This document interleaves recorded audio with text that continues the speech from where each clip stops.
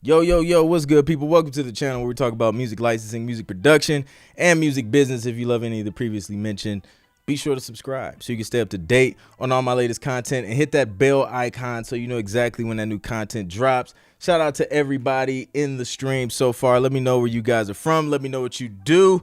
I'm excited to be back for another live Q&A. LW got jokes already. She said that I forget this starts at 1 p.m. Yo, I'm late. It's 1:08. I'm sorry. I was legit like running around. I was trying to get this tea because I feel like I'm getting sick. So I was like, let me get some tea. So I'm not choking on the stream, trying to answer people's questions. So I had to heat the water up so that it'd be hot enough to last a whole hour. And then I forgot to put honey in that joint. So I had to go get the honey. And then I had to run upstairs for something else. And then I couldn't find my phone. And I realized my phone was sitting right here the whole time. So yeah, I was all over the place, man. It was crazy. But let me see who we got in the building, man. We got Mona Samuka. What's up, Mona? Chicago DJ, producer, love it. Cali X, what's good? Akila, what's up? Songwriter, producer from Virginia, what's up? Shay Keys in the building, a channel member. Shout out to the channel members in the building. Peace, coming live from LA, where it's cold. 48 degrees in LA. Wow. Yeah, that's definitely cold. Keaton, what's good? Will Harvey, what's good? A couple more channel members in the building. Shout out to the channel members. Michael Connor Music back in the building. Sync producer, composer from UK. Based now in Vancouver, Canada. Love it. We got Orlando in the building. Lamar Webster. Touch on the input of metadata and how important that is to register a song. Well, man, let's talk about it. First, let me get this chair together. So I ain't leaning back. So metadata is super important, and I mean important. It depends on the company you're working with, right? If you know, I have some publishers where the only metadata I'm sending them is like songwriter info, like split, PRO, info, and song lyrics. The rest, they have a team that takes care of all of that stuff. So I don't really have to worry about it with certain publishers. And then there's other publishers where, you have a spreadsheet that you have to fill out, and that's how they input the metadata into their system to take the information that you put in the spreadsheet. They put it into whatever system they're using, and then some companies will have you put the information like on their website. Like they may already have a system set up to where you just upload and then you type that information. So other types of metadata can include the mood, the style, what popular artist the song may sound like. It may include instruments. What kind of instrumentation is it? How does the song make you feel? And that's important because, if a library has, this database where their clients are coming and they're searching for music, their clients are searching for certain keywords. They're searching for moods. They're searching for genres. So the more accurate your metadata is and the more accurately it describes your music, then the higher chance you have of your music being found when their clients are searching through this large database of music. And a lot of producers, artists, songwriters, they feel like, oh man, it's so many people, signed to this company. Like, how do I stand out? Well, it's accurate metadata, and the more accurate that is, the higher chance you have.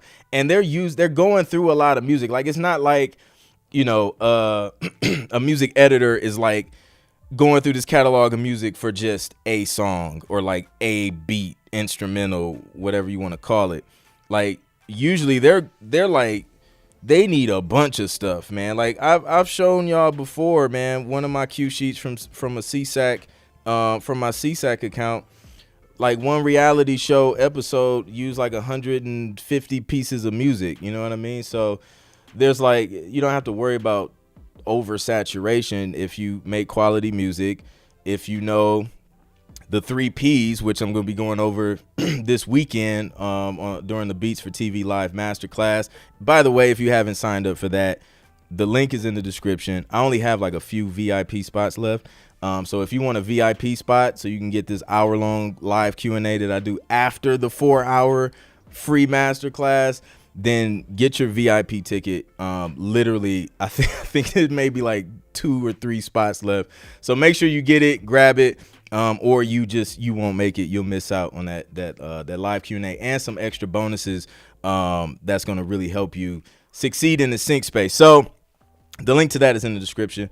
But that's a part of the preparation, is making sure you're putting in that proper metadata. So hopefully that explains it and it makes sense. Patty P is in the building. Great question. A lot of people always have questions about metadata. Opera singer, sing all genres, producer, songwriter, keys. Love it. What's up, Kim? Shout out to Kim and LW, the mods in the building. Heard it was snowing in LA. Is it really snowing in LA? Sheesh. UK is in the building. I see you. More Canadians. Shout out to my Canadians. So drop you guys' questions. I'm trying to go through them, catch the ones that I can. And we just gonna hang out. I'm here for like an hour or a little. It'll be, I guess, a little bit past 2 since I was 8 minutes late. That LW so eloquently pointed out. What's good, Rand legend? Good to see you. Darren says that intro beat is serious. I appreciate it, man. I actually made that for. Speaking of rejection. I made that for a brief. What brief was that? I can't remember, but I made it for a brief, and then I never heard anything back. So apparently they didn't take it. So I was like, it's all good. I'm gonna use it for my YouTube channel. Now I don't got to worry about my stuff getting unmonetized and whatnot because it's not registered anywhere. So boom, it worked out. So yeah, shout out to the first time viewer. Callie X is a first time viewer, y'all. Welcome them. Shout out to T-Town. Patty P says you're always spreading love. Oh, Kim, she must be talking to Kim. I'm all up in y'all's conversation. Can you use, Andrea, what's up? Can you use simple loops in your music like a shaker or tambourine from Logic? I need this tea for real. And some Mucinex. Yeah. I mean, this is what I would do. Because, I've used some percussion stuff in Logic. I've used some Italian and like some accordion loops in Logic. Because they asked me to make some like Italian hip hop stuff. Like apparently I'm not Italian, right? So I was just like, I don't know nothing about no accordion, and I'm definitely not about to learn today. So I pulled me up an accordion loop. But I asked the publisher, I was like, look, this is the deal. I'm a black man with no accordion experience. Like, is it okay if I use some of these Apple loops? They was like, yeah, it's fine. Yes, shakers, tambourines, you'll probably be good, but this is what I would do just to be safe. I would layer it with other stuff, and I would make sure there isn't a part in your track where that instrument is soloed, and layer it with some other percussion, or make sure it's playing with like all of the drums.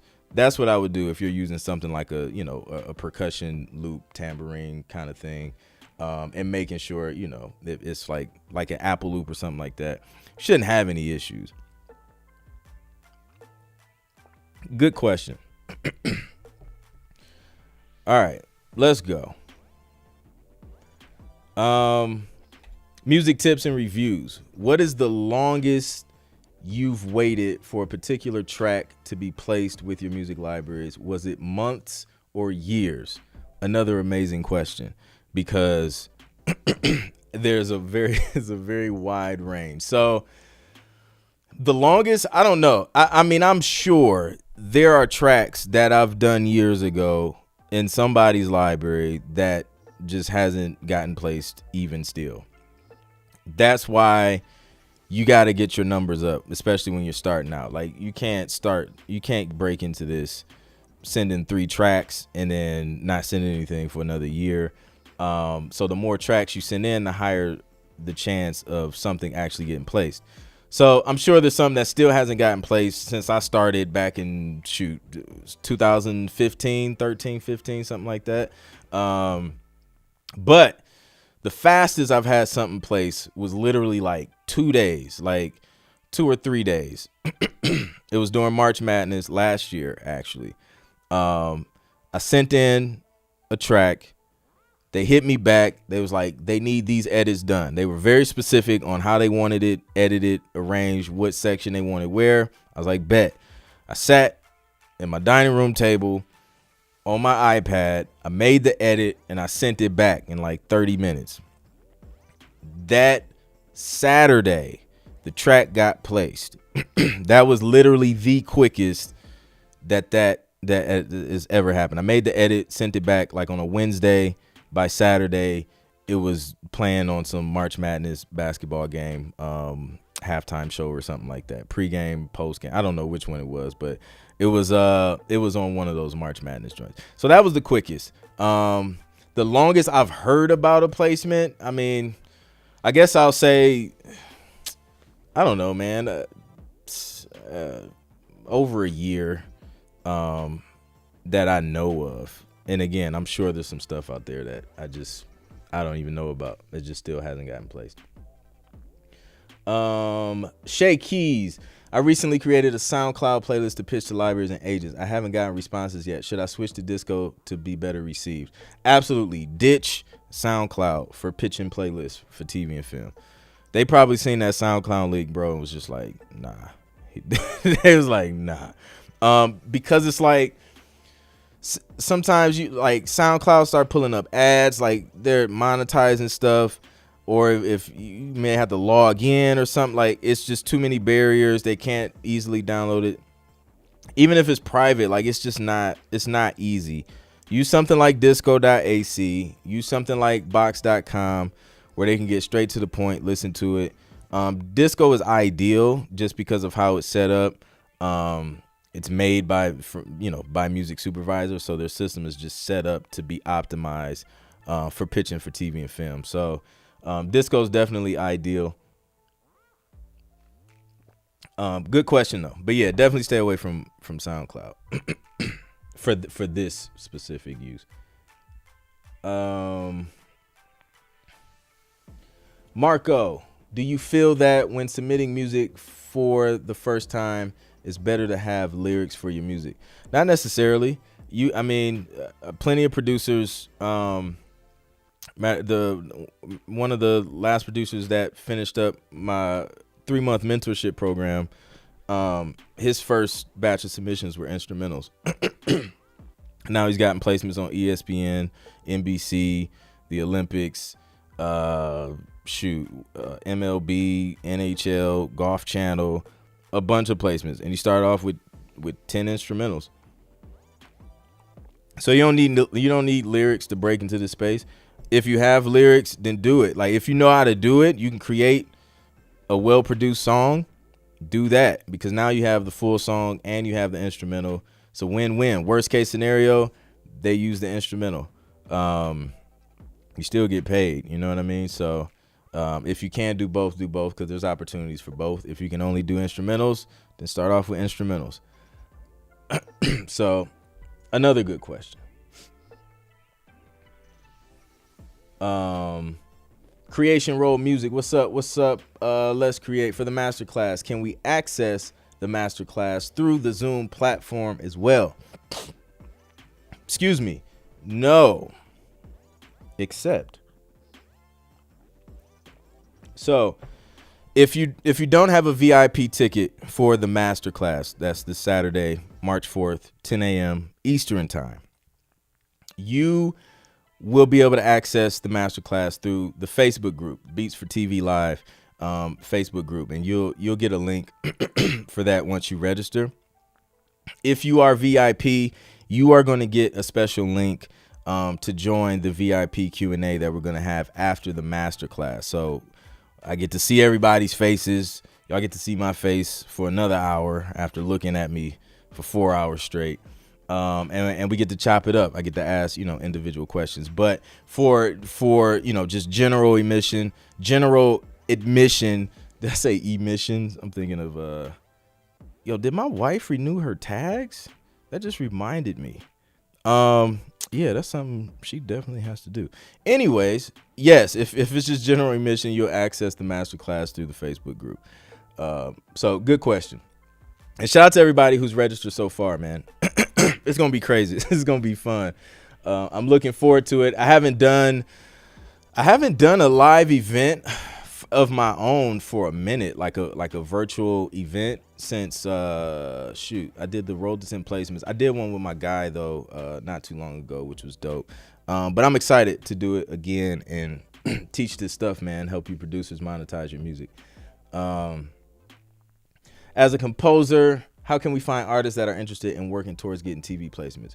Great question, man. They're everywhere. They're in this joint in the chat. Like, I'm a composer. Y'all can link up, man, right there in the chat.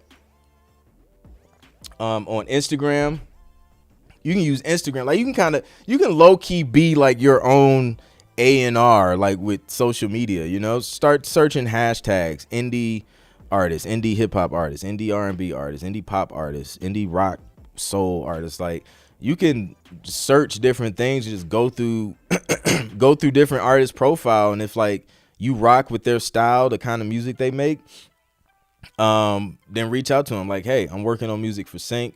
The ideal situation is to kind of get in with the library, so you can start getting some briefs or something like that. So you'll have something specific to kind of bring to the table, not just working and you still gotta figure out what you're gonna do with it. But yeah, just reach out to all these artists that are on the internet, on the social media platforms, and link up with them. It's a great way, great opportunity. Great question.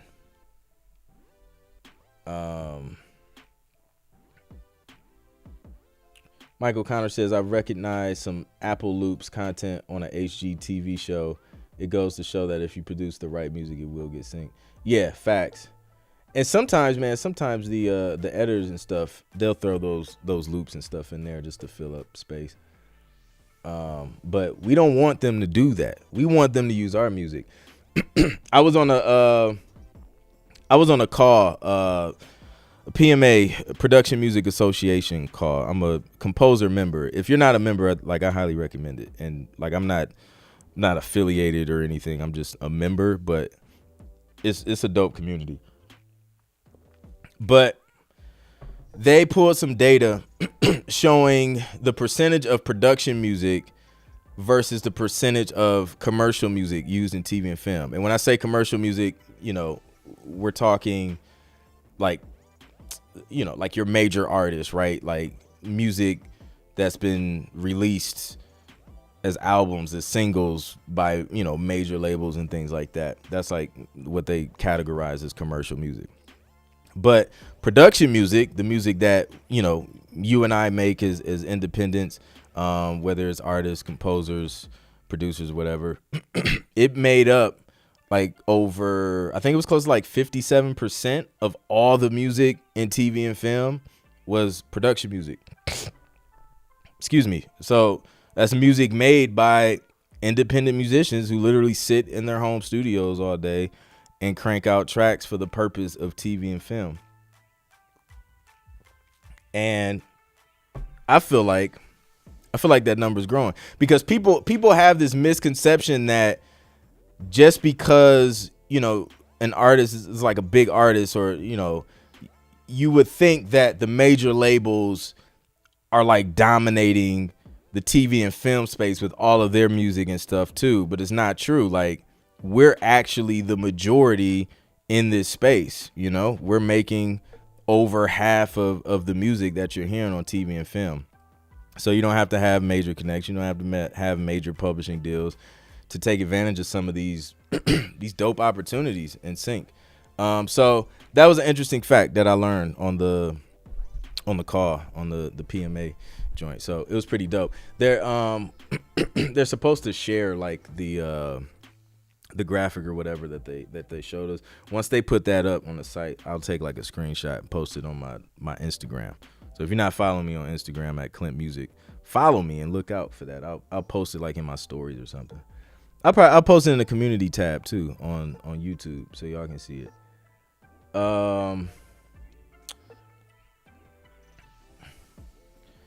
Indeed. Juan Martin, what's good, Juan?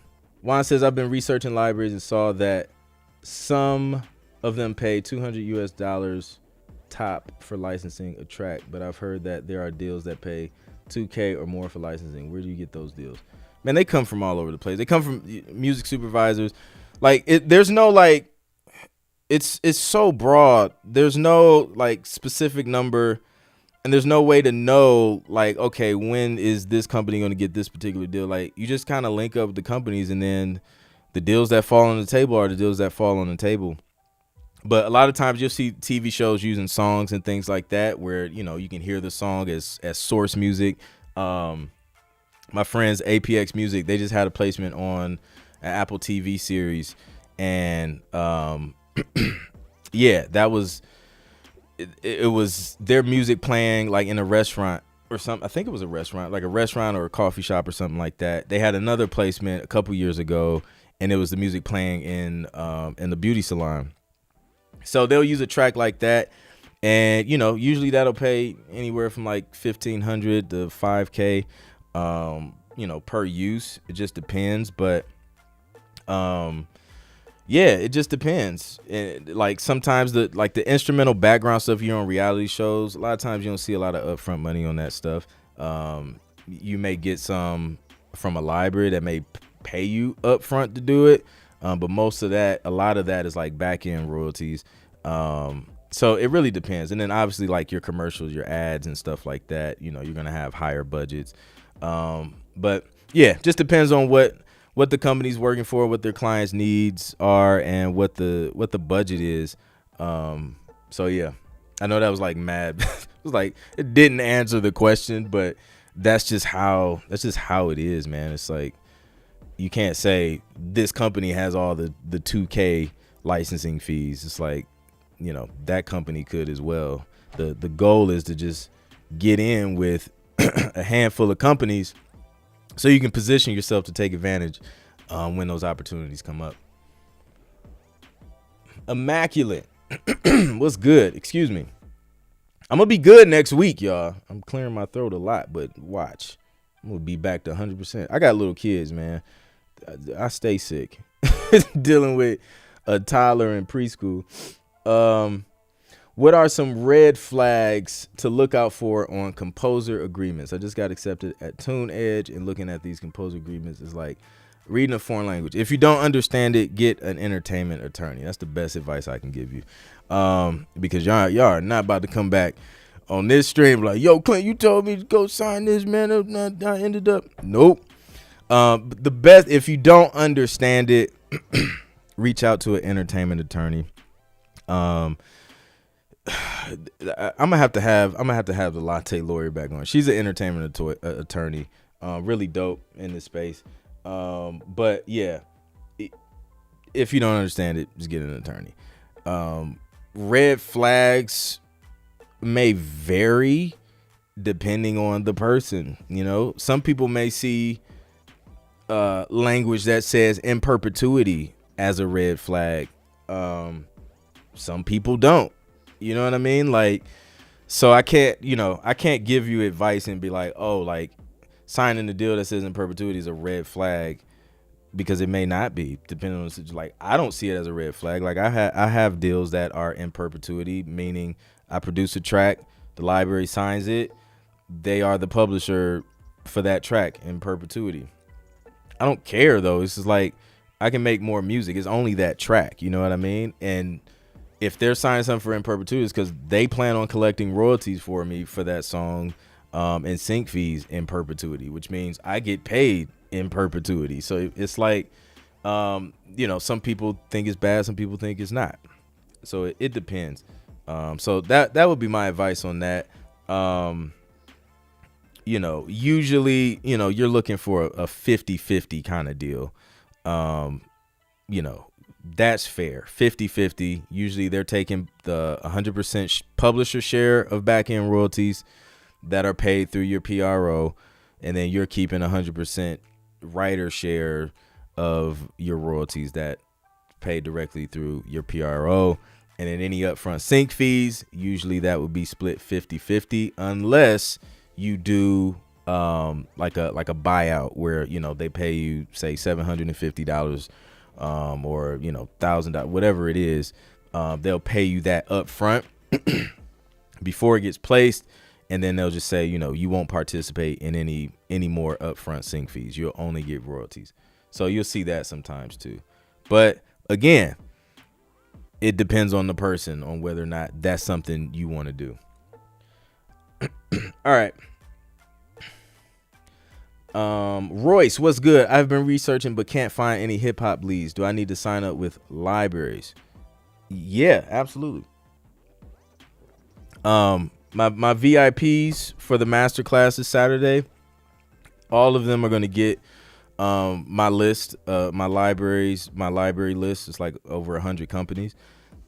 So they'll have that to give you a jump start on how to find libraries. But yeah, look for libraries, man. Look, I want y'all to do as little unnecessary work as possible. Like, I show you how to find companies on your own, right? You need to learn how to do that. Even if I give you a directory of over 100 companies, I want you to learn how to find companies yourself.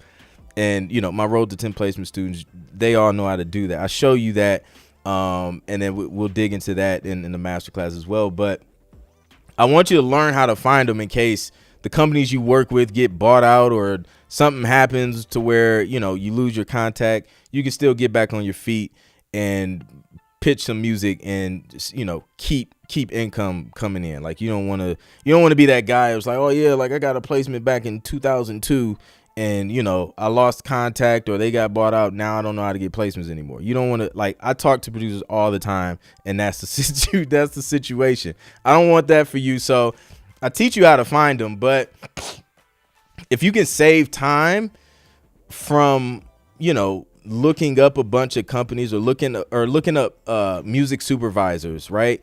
Because that takes a lot of time, takes a lot of research, and your chance is still smaller because if you don't reach out right, they might not hit back. And then sometimes they like working with the people they've established relationships with. So like, don't work more than you have to. Go the library route. They already have the relationships. You focus on creating the music, you send it to the library, you're done. So that's why I like to go, especially starting out, I like to go the library route. So yeah. Let's see. Zimzada says she just registered. She's not playing. I will see you this Saturday, Zimzada, and everybody else who registered. When pitching my beats, should I register them with my pro or let the library register it on my behalf if it gets placed? The Bureau, what's good? Yeah, let the library register it for you. If you're like making music and you're about to pitch it to a library, pitch it to them, see if they accept it first, and then let them do all the admin stuff. And then you just go back in and just double check, make sure splits are right. It happens, man. Like, people are human. Mistakes happen. I've had, situations where they just put the splits in wrong, or they just left out a co-writer altogether. I had to reach out like, yo, y'all got to correct this. So, always go back and check. But yeah, usually libraries and stuff, they'll handle that for you. So you don't really have to worry about it. I'm telling you, man, like, library is the way to go. Save you some time so you can focus on doing what you do best.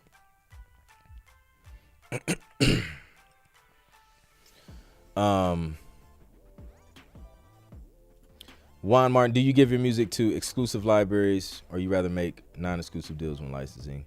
What's your view regarding this matter? I have like a little bit of both, man. Like, a lot of libraries now, they're moving towards exclusive because it's been cutting down on confusion of who represents what, who do we pay, who do we give credit to. So most of them are going to be exclusive in 2023 and beyond. But there are situations like if it's a song, you're an artist, there are libraries who will do a non-exclusive deal with you, like kind of like their artist agreement, so that as an artist, you're not tied down to just one library or licensing company. Like, so you can work with a different few, pitch your songs with a few different companies. So, sometimes songs are a little more flexible, especially if you're an artist. You're not just waiting on like one company to pitch everything. And there's different views on that in this industry. Like some people are like, yo, just stick with one if you're an artist and just send all your songs through them, which could be cool, but it has to make sense. Like, if they're not getting you placements, then like don't waste your waste your time. And then just ask like if it's exclusive. So I have a combination of both, man. I do some non, I do a lot of exclusive as well. As long as I'm free as an individual, as a producer, to work with whatever company I want to work with, as long as it's different music, I'm good. I'm good either way. I don't mind. That's the main thing for me. I don't want to be locked into just one company, one publisher. Been there, and I didn't like it. I missed out on a lot of opportunities because of it. Yo, Immaculate Beats. Says your boy just had a web meeting with the head of music in sync for Bopper Music. First time having a meeting like that. Very informational, and I think I'm plugged in now. DJ Horn. Yo, congrats, bro. That's what's up, man. Immaculate out here having meetings with head of stuff. That's what's up, man. That's exciting. Hopefully that's the first of many more. Heard PMA's Morgan McKnight on a pod make interesting points of joining and the benefits of that community. Absolutely. Yeah, super dope. Literally, man, like being a part of the PMA, like, so I'm here to get your skills up as far as production, preparation and presentation. So if you get that locked in, and the PMA will help you with that as well with their resources, but you're literally like in rooms, and we do breakout rooms. Like you're in rooms with music libraries, sync agents. Like yesterday, like I was in there with a couple libraries. One of the libraries I write for, and like not like some random mom and pop music library in Minnesota somewhere. Like these are like major, production companies. So yeah, I think it has huge benefits. So yeah, shout out to the PMA. A lot of information, a lot of insight, and I think it's just dope.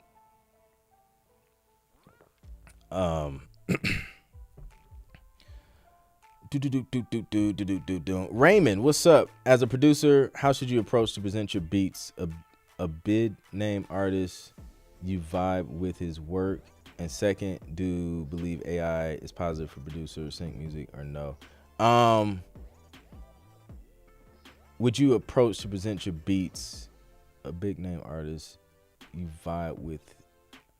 I don't know. I don't really do that, man. As far as like trying to get my music to a big name artist, I stopped focusing on that years ago. If it happens, it happens.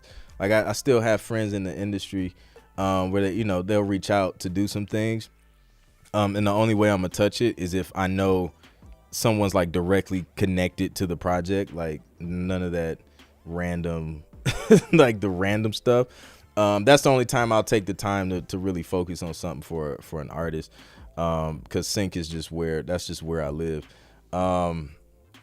But as far as AI, we talked a lot about that yesterday too. I think it has benefits, it has advantages, and then with every new technology, you're gonna have some idiots who are gonna find a way to take advantage of others with it.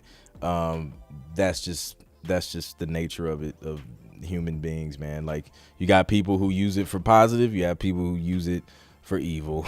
You know what I mean? So it is what it is, man. I think, I think it can be a tool for sure. I think the most important thing to really pay close attention to is the legal aspect of it, and making sure that, because like our copyright law and all that stuff, like the whole music business and just the way it's structured is dated, and we have all this new technology that's trying to catch up, and it's like the laws don't necessarily cover all of this new stuff that's happening. So we're like, well, can we do that? Technically you can, because it's not in this law. So it's like, it's weird, man, but we'll see what happens, man. I'm not really concerned about it. I think you have to position yourself in a way that you're still valuable even when technology comes. I'm a musician. I can play multiple instruments. I can create stuff that the AI needs to be able to learn what it's supposed to do. You know what I mean? So like positioning yourself in a way to where you're still going to be valuable, and you're still going to add something that a computer can't add. So that's how I feel about it. But we'll see. I think it could be a tool to possibly get more done in less time. But we just have to see how it all kind of pans out. And ownership is like the biggest thing. Like who owns what. So let's see. Like good old, we only accept music that are not registered with a pro. Oh, it's that. Yeah. There's a few companies out there. Somebody broke it down for me. And it made sense because, when you think bigger outside of the US, there are like other laws like in Europe and stuff like that. And there's like it's crazy, man. It just makes stuff complicated for different uses of music. So it's weird. But yeah. Let's check it out. Big Royal J, what's good? It's been a minute. Had an e-learning VO project. The music they wanted to use was trash for the type of lesson. Made a deal to redo the music. They loved it. Don't forget other venues. Yo, that's fire. Like Big Royal J is a VO. I guess you call it VO artist. Like he does voiceover stuff. So he turned a voiceover project into like a music and voiceover project. That's what I'm talking about, man. Like, as a producer, 9 times out of 10, you know how to do more things than just make beats or make music or write songs, right? Like, there's other skills that you have. Use the other skills and make money with it. And then those other skills can put you indoors to where you end up being able to use the music skills that you have. So you may be able to edit videos, do voiceovers, do graphic work, do sound design, mixing, mastering. Like all those things can open up other opportunities for you to make some money. And it's all connected. It's all related. Some people be like, oh, like I really want to just do music. Like I don't want to really, I don't want to do mixing and mastering for everybody. It was just like, well, if you go to a 9 to 5 that you hate every day, not everybody hates their job, by the way, but some people hate their jobs. If you hate your job, you grind every day going to a place you hate, but you don't want to like mix for somebody just because it's not your main thing, or you don't want to produce a genre of music that you don't feel is dope because I mean, it's why not? Like I would rather listen. If a publisher came up to me and it was like, yo, we want you to make cheesy, corny children's music for like the next year and we'll pay you 6 figures for it. Like I'm about to tap into my inner corniness and childishness and I'm about to knock those tracks out. Like I don't care because I'm still doing what I love. Like I'm still creating music, and that's going to get me out of an atmosphere that is not creative whatsoever. And that's going to fuel me and finance more of what I really love doing. So knock the children's music out the way and then go produce whatever you want to produce after that project's done. So you got to have that perspective, man. You got to be open. You got to be flexible to do different things if you want to be successful as a producer. Are you making trailer music? If so, how often? I'm not a lot. The last trailer project I had, it was for some trailerized R&B. That was literally the first and only trailer project that was brought to the table for me personally. So it turned out dope though. But I'm sure I'll do more in the future. But I thought it was fun. It was definitely a learning experience. But it was cool. And that's why I think it's dope to be a specialist in this space, because when you like, I specialize in, like, most of the libraries know me as like the go-to guy for hip hop R&B music. So when they think R&B, they think hip hop, and they need like some trailerized version of it. You know, they reach out to us, the specialists. If they want pop, they want pop rock, they're going to reach out to the pop rock people. If they want, ambient music, they're going to reach out to the ambient people, because that's what they specialize in. They know they're going to get a certain quality from people who specialize in a certain thing. Like they're just, boom, they're in their lane. That's what they do. So, yeah. And trailer music that's a lane in itself, which is dope. November James, what's up? Happy Wednesday. The man, the myth, the legend, November James. Let's go. Let me catch up on some of these questions. What should I do before posting my music online? I'm an artist that produce myself. Like, who or what I go through to register my music? I'm an independent artist. So when you say register your music, what do you mean specifically? Because there's like a lot of different ways to register music. Like you can, there's different things, and it depends on what your goal is. What is your goal? Are you trying to get it placed in TV and film? Are you trying to just share it so people can stream it? You gotta be specific, because I don't know how to answer it. Because there's different ways. If you're trying to get it placed in TV and film, you don't even have to post it online. Like all of the producers I've helped get TV placements over the years, most of them had zero online presence. Like they wasn't posting a bunch of stuff online. Some of them didn't even have anything. Like they just, I don't even know how they found me. But you don't need it. Like the only thing you need is the company to submit it to. You need to know what they're looking for, like how to produce the music, arrange it, things like that. We're going to talk about that this Saturday during the master class. We're going to talk about the 3 Ps, man. It's 3 Ps. It's 3 levels you need to master to actually get a placement. So that's what we're going to talk about this Saturday. So if you want to learn more about that, hit the link in the description, beatsfortvlive.com/upgrade. At the beginning of this podcast, I said like I had a couple more VIP spots. They might have been taken up by now. I don't know. You can click the link. If it lets you purchase a VIP ticket, then you got in. Shout out to you. If it doesn't, then you waited too long and you missed out. But there's still time to register as long as those VIP slots are open. But that's what we're going to talk about, man. We're going to go into detail on how to master those 3 levels. And it's not until you master all 3, that's when you start seeing success. Because if there's anything going wrong in one of those levels, you're going to hear no, and you're going to get rejection, and you're not going to know why. Because most times these companies just don't have the time to sit there and break this stuff down for you. So that's what we're going to talk about: production, preparation, and presentation. So we got to master those.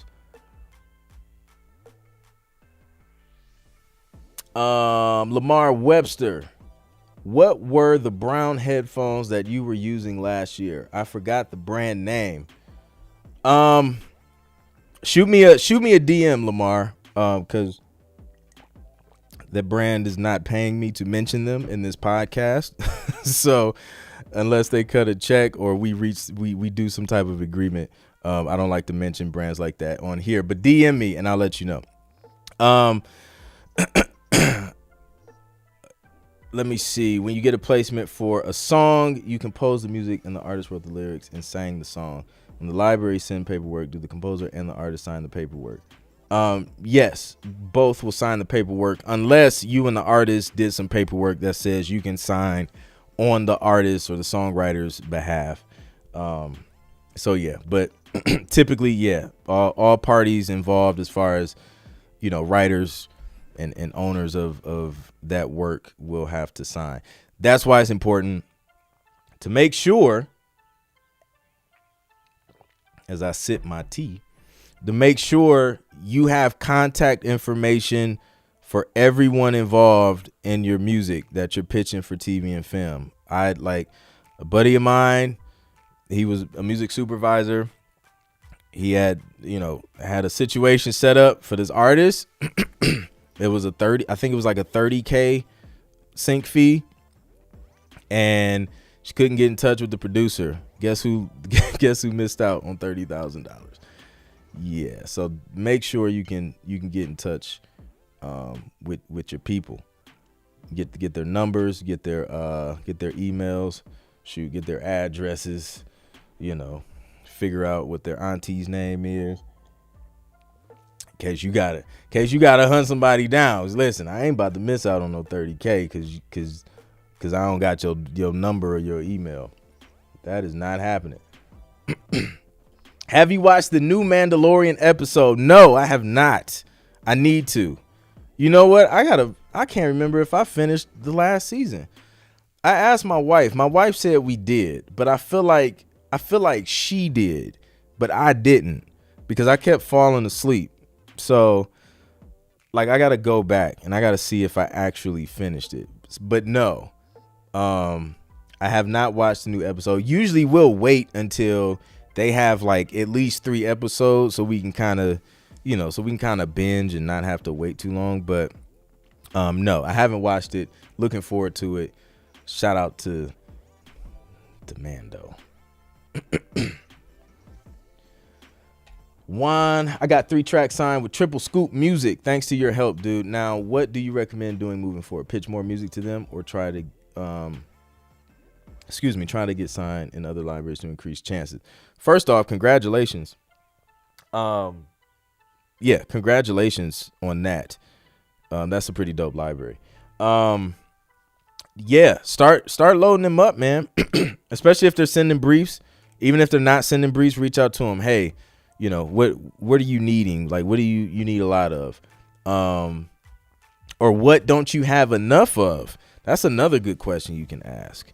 Man, we getting into some of the gems. It ain't even Saturday yet. So, yeah, load them up and then always keep looking for other opportunities until you feel like, it's too much. But yeah, always look for other opportunities and then feed them some tracks. And then from there, after about, after a couple years, I feel like you should get a good idea. Usually it happens before that. But I want to set realistic expectations. Like, I don't want y'all to hop in this and be like, oh, like, I'm gonna get a placement in 2 weeks, and after signing with the library, like, it doesn't happen like that that much. But after a couple years, you should get an idea of who's placing stuff for you, right? You should have, you get a royalty check, start to see what's getting placed, or if the companies reach out, let you know, or if you're using tunesat.com, you'll know. But that'll give you an idea of who's working. And then the ones where you see you're getting the most placements, that's where you start to double down and then focus more of your attention to the libraries that are getting you more placements. That's how you start to 10x stuff in this space. Double down on what works. That's been I live by that. See, look, this is why I rock with y'all, man. I be getting all types of health recommendations and sore throat, cough. This is why I rock with y'all. There's no way I'm gonna be out here down and out with with subscribers and followers like y'all. So it says recommend you 1,000 milligrams of vitamin C with echinacea. I don't know how to. This tea I'm drinking, I think it has that in it. It's called throat coat. Yep, it's got this E word in it. I'm gonna look up how to say it because I don't know how to say it. But so yeah, it has it, and it has some lemon. I put some honey in there. It's got organic licorice root, marshmallow leaf, marshmallow root, fennel fruit, orange peel, cinnamon bark, lemon peel, and lemon myrtle leaf. I have no idea what any of that stuff is. But yeah, it's pretty good stuff though. I'm not mad at it. But appreciate that, Raymond. Let's see. We got time. We got time for a few more questions.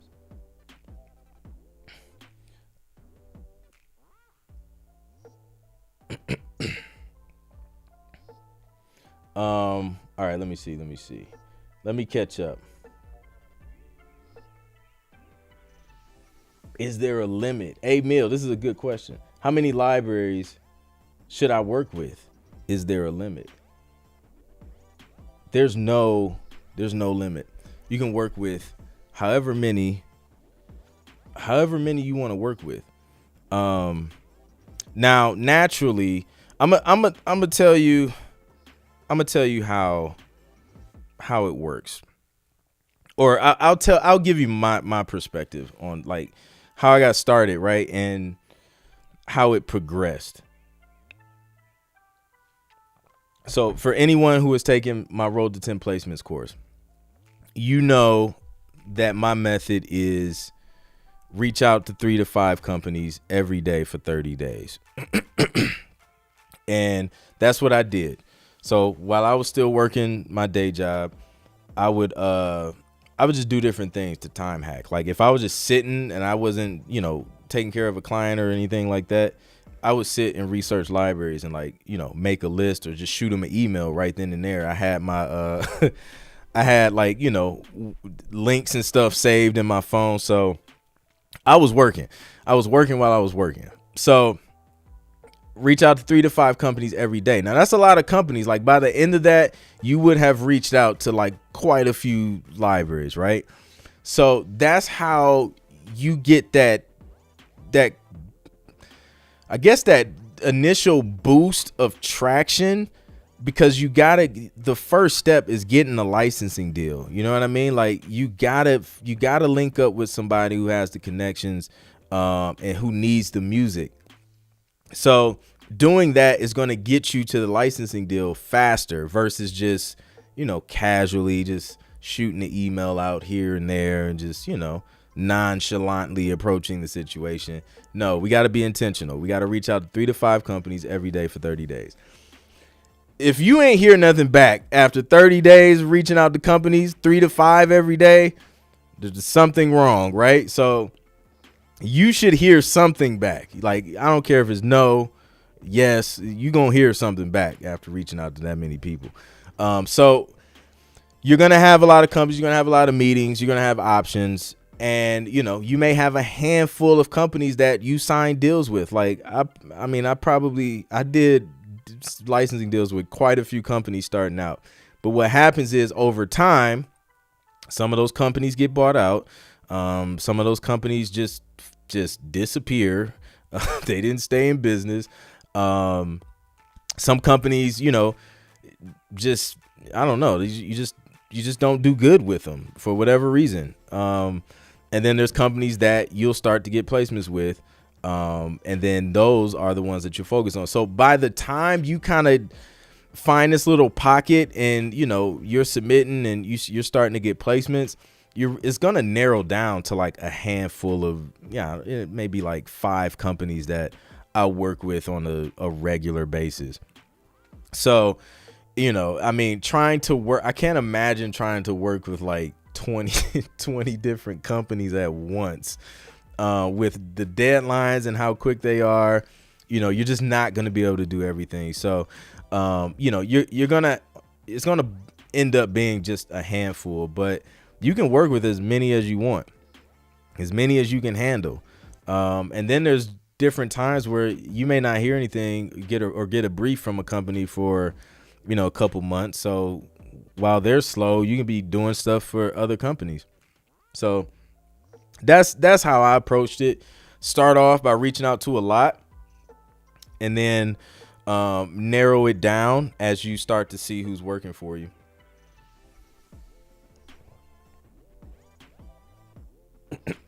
And then once, if it starts to feel like too much and you missing deadlines, then you may need to, shave some of that off, because you don't want to miss deadlines all the time, or, you don't want to say yes to stuff and then you can't deliver on it. So, yeah. All right, let me take one more question. Ekaneshe? Ekaneshe, is that how you say it? Okay. I appreciate that, November James. Educating a brother. Ekaneshe.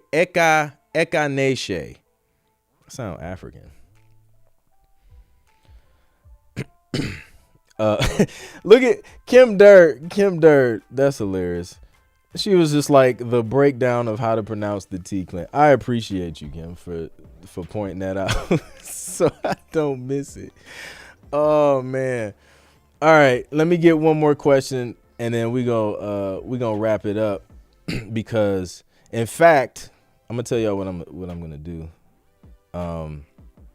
As soon as you finish, split the steams. If you're ready, you don't have to get ready. Yeah, that's a fact. That is a fact. Oh, are you sending the same tracks to those libraries? No, not if they're exclusive. I'm only sending The only time I'm sending the same tracks to no. Let me back up because I want to be clear. Okay, so there's different phases, right? So in the initial pitch phase, you're only pitching music, right? You don't have any licensing deals, you're not signed to any libraries, right? You're just pitching your music to get them to respond. And honestly, when you the way I show you how to reach out, you're not even sending music yet. You're just simply asking for permission to send.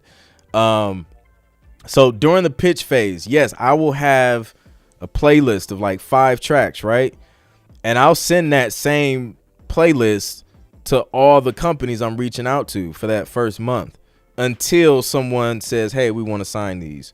Or sometimes they may not even sign those. They just may want you to do something else for them.